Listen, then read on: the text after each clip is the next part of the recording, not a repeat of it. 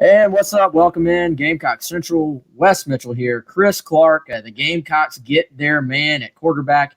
Just moments ago, South Carolina lands Braden Davis, the four-star quarterback from Middletown, Delaware, number 14 pro-style quarterback in the country, choosing the Gamecocks over fellow finalists Cincinnati, Duke, Georgia Tech, NC State, Stanford, and West Virginia.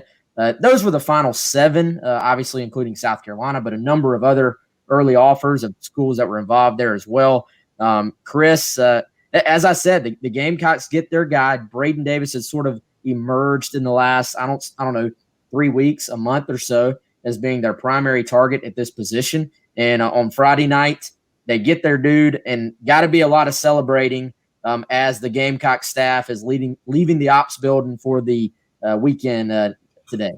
No doubt, lots of happy Gamecock staffers for sure.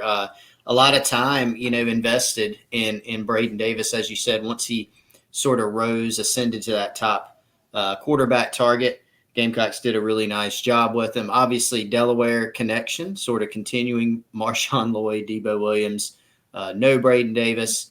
He spent most of his time in Delaware. He did play his junior season, part of it. The 3 games that he did play, he played in Florida, but he's a Delaware guy, so there's a connection there. And obviously, this is a guy that South Carolina sort of honed in on. They knew about him, eventually focused in on him, and were able to land him. And a really intriguing skill set on Braden Davis, a high upside prospect. He's got obviously the size at 6'5" with a frame that's 195, 200 pounds, and can continue getting bigger. He's got mobility, probably even more mobility than you see on film, according to what I've heard from his high school coach, Zach Bloom, up there at Middletown. And obviously has made strides as a thrower. Wes, this guy has really only played, not many high school games. He played his sophomore season at Middletown because he sat behind an all-state guy, a 2-time all-state selection. As a freshman, he sat. So he played his sophomore year, his junior season down in Florida when he transferred for a while. He only played, I think, 3 games because of an injury. Now he's back for his senior year. So still relatively inexperienced. And I think if you're South Carolina, that's actually sort of exciting because you see the upside here. Yeah, nice ball we just saw right there on your screen. And big kid, Chris, let's throw all the cliches at him.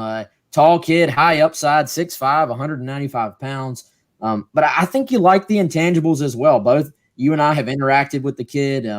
Very sharp-sounding kid. Good communicator, has all the intangibles that you're looking for in a quarterback. And, I think once you get into this range, at least on paper, of your 4-star guys that are kind of in this top 20 range as far as quarterbacks go in the country, it's going to be all about development. What does he do when he gets on campus? How does he continue to develop as a senior there in Delaware this year? And how does he develop, obviously, when he gets under Marcus Satterfield? But talking to him a few weeks ago after the virtual visit, he was very intrigued by this idea of playing in this pro-style offense. Marcus Satterfield has called it a pro-style offense several times, but I think it is, as we'll probably see with Luke Doty this year, it's a pro-style offense that will probably incorporate some quarterback run as well. So to me, I take away that this is a pass-first kid, but that also can extend plays, can do what he needs to do with his legs. Maybe you involve some designed quarterback run stuff as well, but that's the modern quarterback, right? Like you almost – unless you're just an elite thrower of the football where your accuracy is just off the charts, you got to be able to extend plays with your legs too. So I think it fits what South Carolina's looking for, but I also think South Carolina's idea, their scheme, their approach on offense, it seems to fit what Braden Davis was looking for as well. Yeah, because not only does he give you that maneuverability in the pocket, the escapability, buying time, you see that even on his film right here. He's big enough, number one, to be durable, and athletic enough, number two, to make some things happen with his feet in the design run game. But you see a lot. These last several clips here, Wes, on this highlight, have been designed, sprint out, rollout plays, or plays where he's moving out of the pocket to buy some time and finding a guy downfield. That's one trait you see with Davis is that, like you said, man, he is looking to pass the ball first. And talking to his high school coach at Middletown there, one of the things that he mentioned for Davis's progression in his senior year, and this sort of struck me, I thought it was interesting. He said that he's looking for him to run more this year, even to trust his legs, to take off, to make some big plays. He said that he's a guy that can really run, even more than you see on film. So that's intriguing. And then you see, obviously, he does have some strides that he's going to have to make as a thrower from a technique standpoint, but he can make the throws. He's still, like I said, inexperienced relatively. And so there's a lot here to work with, a lot in the toolbox to where you get the feeling that this is a guy that's got pretty significant upside. Is he going to come in year one and make a push to be the starter? No, we wouldn't think so. And you probably don't need that right now for South Carolina unless it's, like you said, that generational type talent. But Davis is someone that, if he takes time to develop and develops well, could really pay off in the future.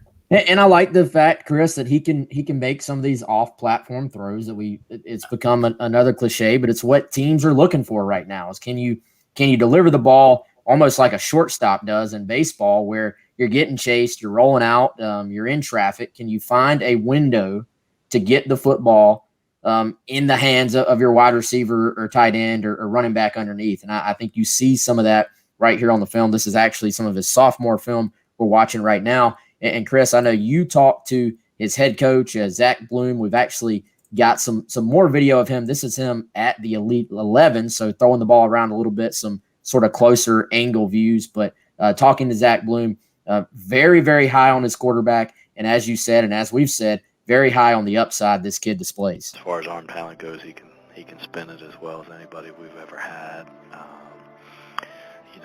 Obviously he runs really well. He's a 4.4, 4.5 guy. So super exciting physically. I think one of the things that's most exciting watching him is just watching his preparation. He loves to be on the board. He grinds through the film.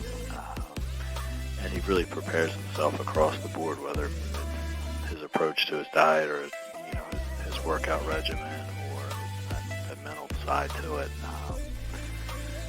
From a college standpoint, I think he's college ready, and I think one of the best things, or the most reassuring things as a head coach, is to know that he's ready to be the face of a college program and do things the right way across the board. He's not a guy that you have to worry about what his off the field is going to look like. He'll represent you well. He'll represent your college well. And I think the thing that's going to really kind of be the one that goes, oh wow, okay, now it's all coming together, is this year just taking the football as a runner and taking off and gone.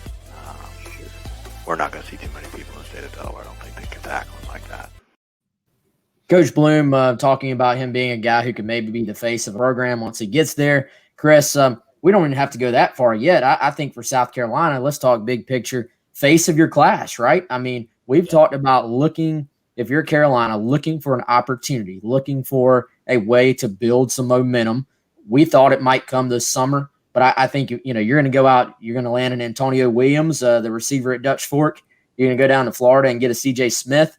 You're going to go out and maybe find another big-time receiver. If you're going to do that, if you're this South Carolina offensive staff, every playmaker on the offensive side of the ball, for the most part, wants to know who they're coming in with at quarterback. So I think this is a kid you start to build the class around as far as that side of the ball. He does have a good personality on him. He understands the big picture.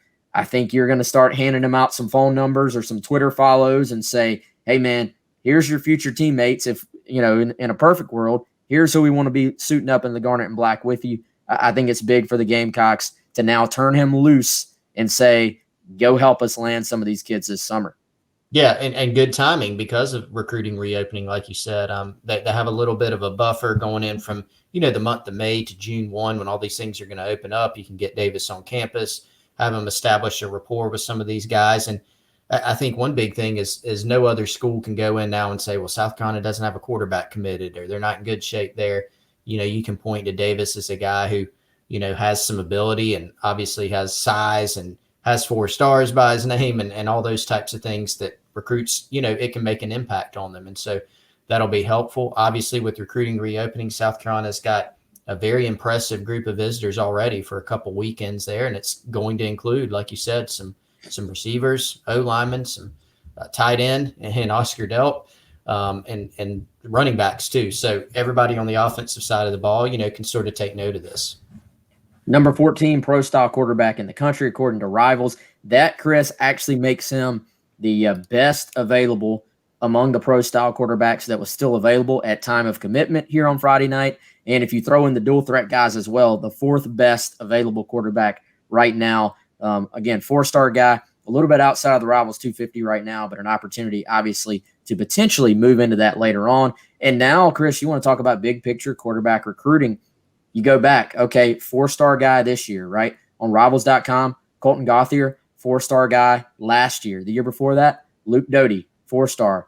Ryan Helinski, 4-star. DeCarrion Joyner, 4-star. So a number of years in a row, that's 5 years in a row that South Carolina has landed a Rivals 4-star quarterback. That's what you have to do at that position. You have to keep stacking talent at that position, and then you let them all fight it out and let the best man win when they get there. So final thoughts here, Chris. My final thought is the Gamecocks get their guy. Good weekend for the Gamecocks. They can go celebrate. What's your final thought?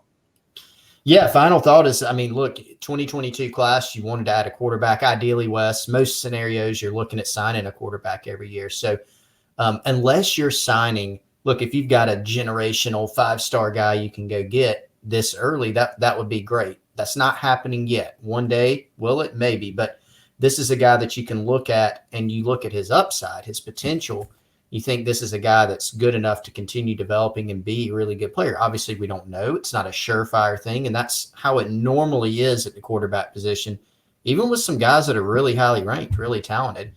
So I think this is a good add for South Carolina at a position that they needed to hit in the 22 class, and now they can move forward knowing that they have that in their pocket and continue with summer recruiting. And they continue their Delaware connection that has just come out of nowhere. Marshawn Lloyd, Debo Williams. They land Braden Davis today. Maybe they get his defensive end teammate. And Chris, I wouldn't be surprised. You get him, you get the pledge without burning the official visit. I bet you pick a weekend, a very particular weekend, and you make that June official happen when some of these other targets we're talking about are on campus as well. And you turn the guys loose and say, hey, let's build something here. You guys could all play together and sort of be the nucleus of this future offense. So he's Chris Clark. I'm Wes Mitchell. We appreciate you joining us here for this little commit cast video. And we appreciate Clint Hammond. He's our sponsor of all of our video content. Hit him up, clinthammond.com, 803-771-6933. And go to GamecockCentral.com for complete coverage. We got some free stuff. We got some subscriber content, complete wall-to-wall coverage as South Carolina lands 4-star Delaware quarterback Braden Davis. We'll see you on GamecockCentral.com.